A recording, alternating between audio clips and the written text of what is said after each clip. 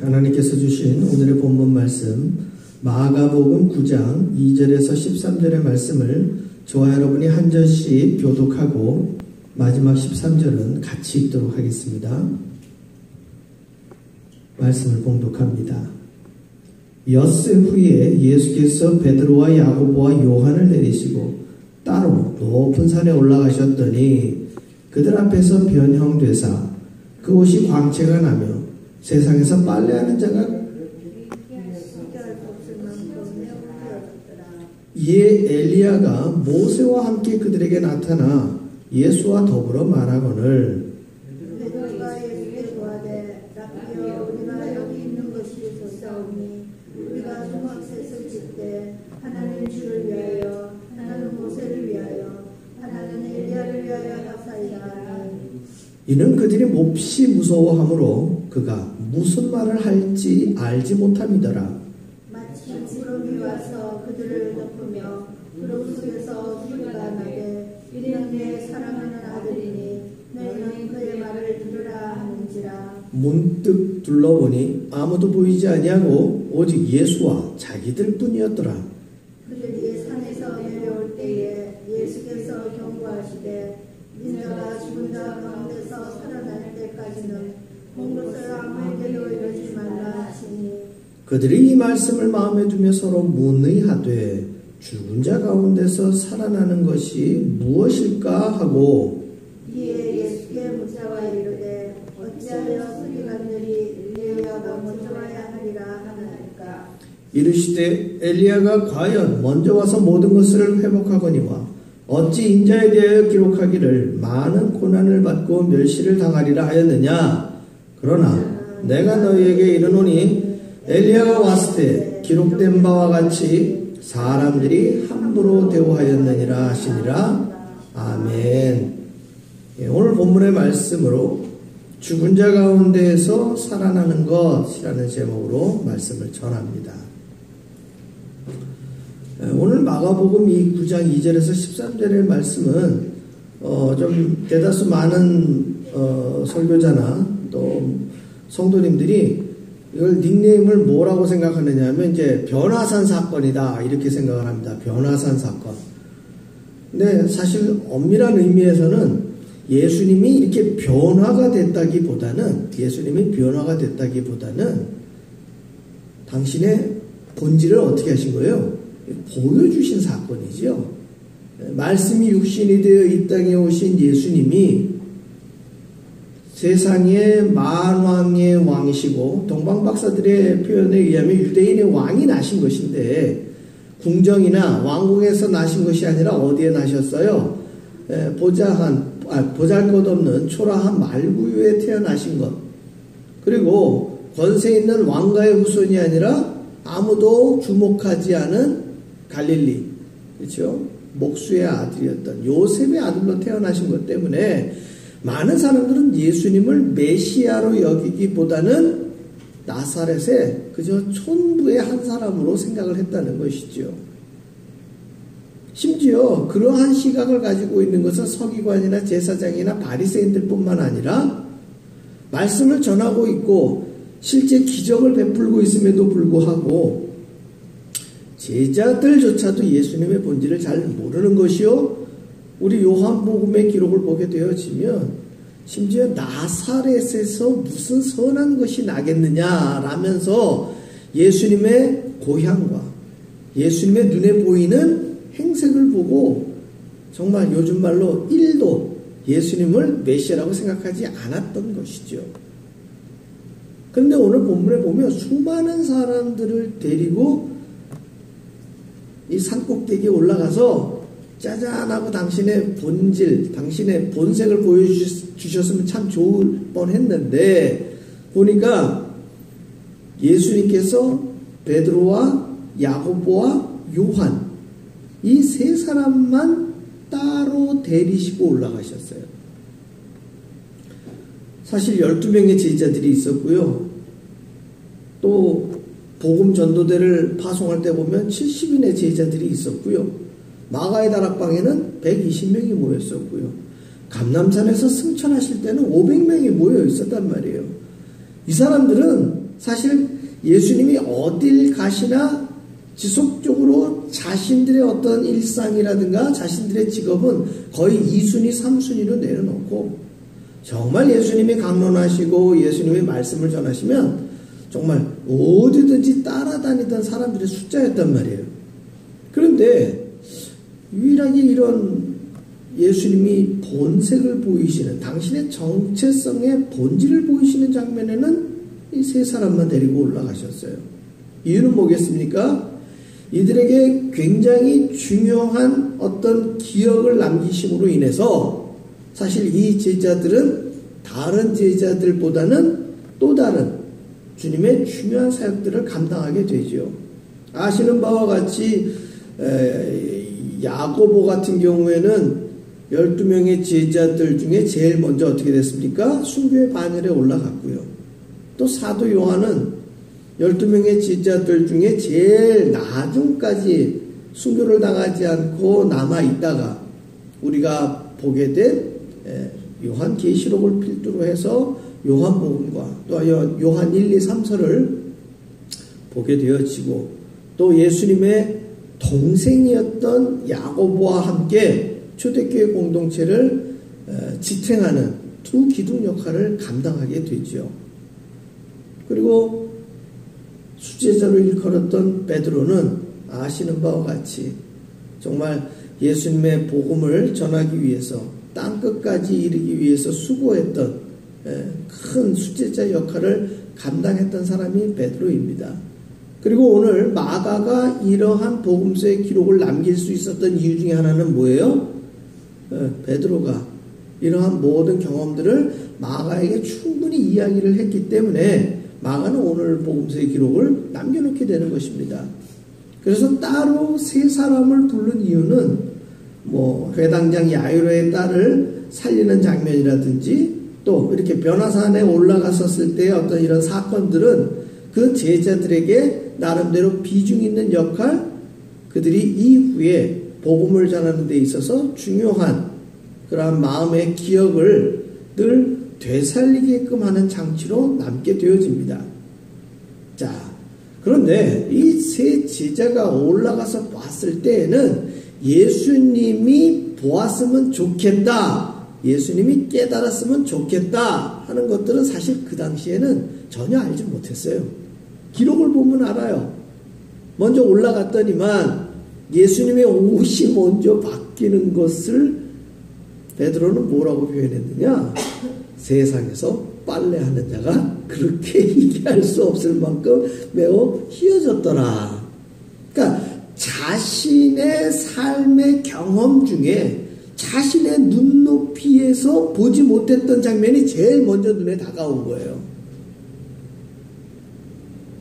뭐 예수님이 제자들과 함께 그 복음을 전하는 사역에서 뭐 날마다 옷을 빨아 입었겠습니까? 날마다 샤워는 고사하고 세수나 이런 것들 사실 잘 할 수 없는 상황이거든요. 그런데 그랬던 예수님이 이 산꼭대기에 딱 올라갔는데 여러분 옷만 휘어졌겠냐고요.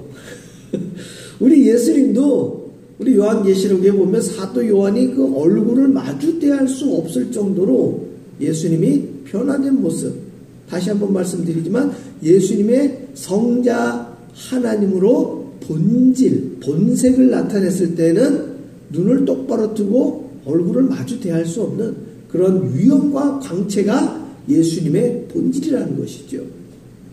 그것을 제자들이 봤을 때는 어떻게 보였다고요? 옷이 하얗게 변해진 게 제일 먼저 변화가 된 거예요. 그리고 두 번째는요, 유대인들의 역사, 그들의 신앙의 역사 가운데 엘리야는 누굽니까? 살아서 하늘로 들리워진, 그리고 그가 입을 열어 말을 하면 하늘에서 불이 내려오는 이 불의 선지자 엘리야가 등장을 했고요. 또 그들의 영원한 영적 지도자요, 더 이상 그 강력한 리더십이 전에도 없었고 후에도 없을 모세가 그들의 눈앞에 나타난 거예요. 사실 엘리야하고 모세를 이 세 제자가 어떻게 알아봤을까도 의문이에요. 다 이렇게 명찰을 갖고 나오셨는지, 아니면 사실 요즘 그 사진이 남아있는 인물들도 아니거든요. 엘리야나 모세 어른께서 사진이 남아있는 분도 아닌데, 유일한 기록 중에 하나는 엘리야 어른께서 이 민대머리 같은 그런 그 기록이 남아있긴 한데, 여하간 엘리야와 모세가 나타나서 예수님과 이야기를 하는 거예요. 대화를 나누는 거예요. 그러니까 이 장면을 보았던 누가? 베드로와 야고보와 요한이 막 너무 정신이 없고 너무 놀라고 그러니까 여기가 너무 좋다는 거예요. 너무 좋으니까 초막셋을 짓는 거예요. 엘리야를 위해서, 모세를 위해서, 또 우리 예수님을 위해서 초막을 짓고 여기서 살았으면 좋겠다는 거 이야기를 하는 거예요. 사실 뭐가 좋았기에 거기서 살라고 했는지는 모르겠지만, 그 자신들이 따르고 있었던 예수님이 이 유대인들의 역사 가운데 가장 위대한 인물들과 같은 동급으로 되었다는 그 사실 하나만으로도 제자들은 너무 기쁘고 좋아서 이 고백을 했을지 몰라요. 그런데 이 고백조차도 맞는 거예요, 틀리는 거예요? 이게 맞는 게 아니거든요. 왜냐하면 히브리서에 보게 되어지면 모세는 하나님의 집에 뭐예요? 종이에요, 종. 예수님은 하나님의 아들이에요. 아들과 종이 어떻게 동급이에요? 엘리야 역시도 선지자 중에 한 사람일 뿐이에요. 하나님께서 이스라엘 백성들에게 보낸 메신저죠. 메신저가 아들과 어떻게 동급이 될 수 있겠어요? 그러니까 이 제자들이 적절한 고백이라든지 적절한 관점을 갖고 있지 못하니까 하나님이 친히 구름 속에 나타나셔서 뭐라고 얘기합니까? 우리 한번 보겠습니다. 7절에 마침 구름이 와서 그들을 덮으며 구름 속에서 소리가 나되 이는 내 사랑하는 아들이니 너희는 그의 말을 들으라. 정신없는 소리 하지 말고, 이상한 소리 하지 말고, 여기서 초막셋을 지어서 같이 살겠다라는 그딴 소리 하지 말고, 그리고 아들이지 이 모세나 엘리야와 지금 동급이 아니야. 완전히 차원이 다른 존재야. 내 사랑하는 아들이야. 그러니까 모세와 엘리야를 주목하지 말고 너희가 늘 함께 동행하고 있는 이 사랑하는 아들과 동행하면서 그가 하는 말을 잘 들으라는 거예요. 그런데 그 다음에 나온 말이 뭡니까? 그 다음에 나온 말이 오늘 말씀의 제목인데요. 예수님께서는 9절에 이렇게 이야기합니다. 그들이 산에서 내려올 때에 예수께서 경고하시되 인자가 죽은 자 가운데서 살아날 때까지는 본 것을 아무에게도 이르지 말라 하시니 그들이 이 말씀을 마음에 두며 서로 문의하되 죽은 자 가운데서 살아나는 것이 무엇일까 하고.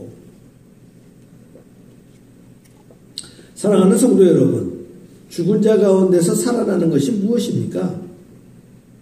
우리는 사도신경을 늘 예배 시간에 고백하면서 우리 예수님께서 죽은 자 가운데서 다시 사흘 만에 살아나신 것을 우리가 같이 고백을 해요.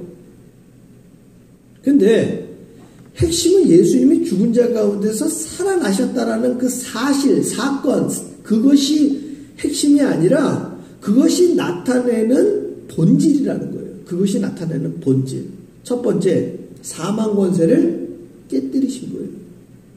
우리 사람들은 누구나 이 땅에 태어나면 어떻게 됩니까? 한 번 죽는 것은 정하신 이치요. 그 다음에는 심판이 있으리니 라고 성경은 말씀하고 있죠. 그랬을 때 죽은 자 가운데서 살아난 예수님을 믿는 저와 여러분에게는 어떤 일이 일어납니까? 구원과 그 이후에 영생이 우리 가운데 선물로 주어지는 거예요. 따라서 죽은 자 가운데서 살아나는 것, 첫 번째 중요한 핵심 이유, 사망 권세를 깨뜨렸다, 사탄의 권세를 깨뜨렸다. 그로 인하여 두 번째, 예수의 이름을 믿는 모든 이들에게는 구원과 영생이 앞으로 주어질 미래의 약속이 아니라 그 이름을 믿는 그 순간 뭐예요? 모든 그리스도인들에게, 모든 예수님의 이름을 믿는 이들에게는 확신 있게 주어지는 약속의 말씀이에요. 그래서 야고보는 이 놀라운 복음을 전하다가 뭐 할 수 있었던 거예요? 예수의 이름을 위하여 죽을 수 있었던 것이에요. 그리고 베드로는 이 확신 있는 믿음을 통하여 젊었을 때에는 자신의 뜻대로 자신의 삶을 디자인했지만 그 이후로 예수님이 죽은 자 가운데서 살아나신 그 사건을 갈릴리 호수에서 마주대한 이후로는 복음을 위해 그의 삶을 살았던 것을 요한은 기록으로 남기고 있는 것입니다. 사랑하는 성도 여러분, 저와 여러분이 예수를 믿는다, 세례를 받았다, 복음을 전한다 라고 했을 때 우리의 삶은 이 변화산에 올라갔었던 예수님의 본질을 발견했었던 세 사람과 크게 다름이 없어야 된다는 거예요.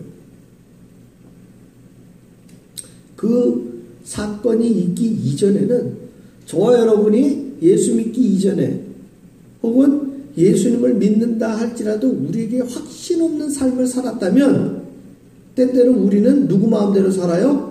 우리 인생들 내 마음대로 살아요. 내 마음대로 산다라는 것은요, 다른 거 아니에요. 우선순위에 예수님을, 복음을 두는 것이 아니라 나의 계획, 나의 삶, 내가 누려야 될 인생이 항상 내 인생길에 뭐가 되는 거예요? 프로스트가 되는 게 그게 내 뜻대로 살고 내 마음대로 사는 거예요. 그거는 예배를 드리기 이전의 삶과 예배를 드린 이후의 삶과는 상관이 없어요. 왜? 교회를 다니면서도 우리는 얼마든지 어떻게 살 수 있으니까. 내 마음대로 내 뜻대로 살 수 있으니까. 사실 오늘의 본문을 마주대하고 있었던 이 제자들 역시도요, 마가복음 9장과 10장의 사건들을 우리가 물리적으로 볼 때, 역사적인 시간의 흐름으로 놓고 볼 때 그들의 삶이 변화됐습니까? 아니에요. 그들의 삶이 변화된 것은 어떤 시점이에요? 예수님이 죽은 자 가운데서 살아난 그 실제적 사건을 어떻게 했을 때? 마주대했을 때.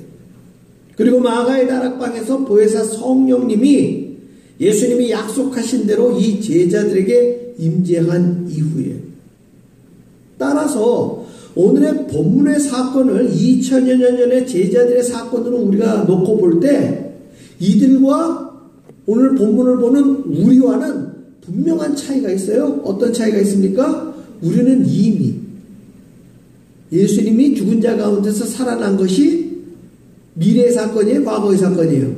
과거의 사건이에요. 그리고 성령님의 임재가 우리에게는 어떻습니까? 그 역시도 과거의 사건이에요.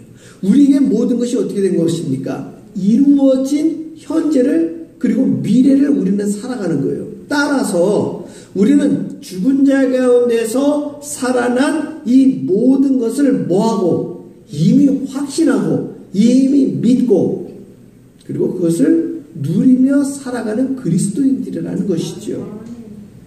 따라서 이 제자들이 죽음도 불사하고 복음을 전했던 것처럼 자신들의 삶을, 개인적인 삶을 2순위, 3순위로 내려놓고 주를 위하여 살아가는 것을 첫 번째로 놓고 살아갔던 것처럼 우리는 이 말씀대로 살아가는 것이 죽은 자 가운데서 살아나는 것을 깨닫고 믿고 확신하며 살아가는 저와 여러분의 삶의 가장 중요한 핵심이라는 것입니다. 제자들은 이 내용을 잘 몰랐기 때문에 그 핵심은 도외시하고 그 뒤에 보면 엘리야의 이야기가 나옵니다. 11절에 보면 예수께 묻자와 이르되 어찌하여 서기관들이 엘리야가 먼저 와야 하리라 하나이까 이르시되 엘리야가 과연 먼저 와서 모든 것을 회복하거니와. 여기에 대한 설명은 대다수 많은 신학자들은 세례 요한이 이 사명을 감당했다고 이야기합니다. 우리가 말라기에 기록되어져 있는 그 마지막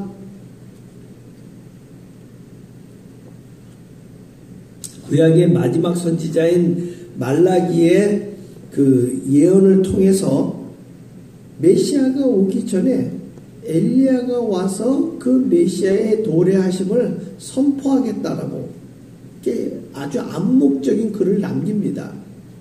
그랬을 때에 대다수 많은 신학자들은 그 사역을 감당한 이가 세례 요한이기 때문에 여기서 우리가 분명히 짚고 넘어갈 것은 어떤 사람들이 이야기처럼 엘리야가 세례 요한으로 환생했다?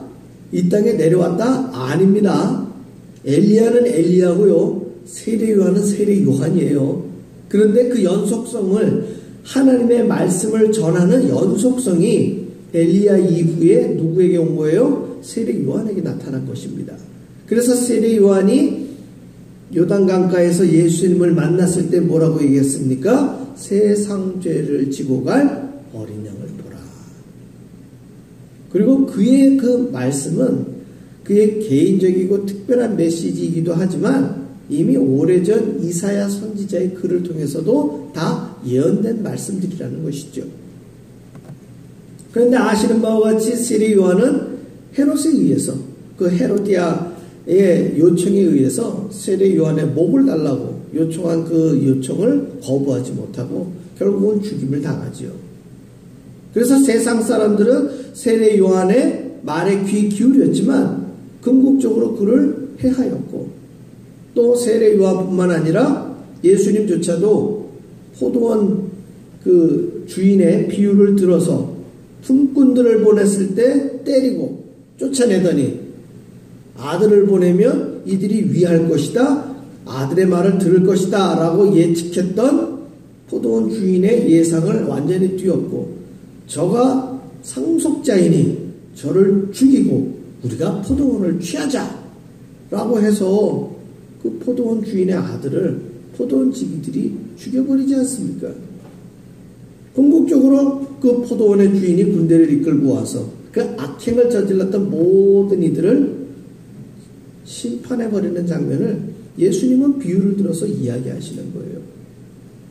오늘날 우리가 오늘 이 마가복음 9장에 등장한 사건을 하나의 에피소드로 과거에 지나간 어떤 사건으로 묻어버릴 것이 아니라 베드로가 그랬고 야고보가 그랬고 요한이 그랬던 것처럼 저와 여러분의 삶 속에 우리는 끊임없이 제자들이 겪었던 그러한 생명을 내걸어야 되는 위험한 상황을 만나는 것은 아니지만 우리는 또 다른 이유로 우리의 생명을 어떻게 하고 있습니까? 날마다 위협당하고 있는 거예요. 그것이 2020년대, 2021년도에 지나오면서 코로나가 될 수도 있고요. 또 다양한 질병과 질환이 될 수 있고요. 또 다양한 사건과 사고들로 인하여 우리의 생명은 위협을 당할 수 있어요. 그러나 그것이 우리가 복음을 전하는 데 있어서 장애물이 됩니까? 거침막이 됩니까? 그렇지 않다는 거예요. 항상 주님을 바라보며 주님의 십자가를 바라보며 죽은 자 가운데서 살아나신 우리 구주 예수 그리스도의 능력을 기억할 때 우리에게 주어진 모든 삶은 우리가 지혜롭게 분별하고 구별하며 나갈 것이지 그것이 우리가 넘어서지 못할 벽은 아니라는 것입니다. 오늘날 이 말씀을 통하여 우리는 주님을 어떻게 확신하고 주의 말씀을 어떻게 전하여야 할 것인가 이것에 대하여 고민하며 기도하며 나아가시는 저와 여러분의 삶의 시간이 되시기를 주의 이름으로 축원합니다. 기도하겠습니다.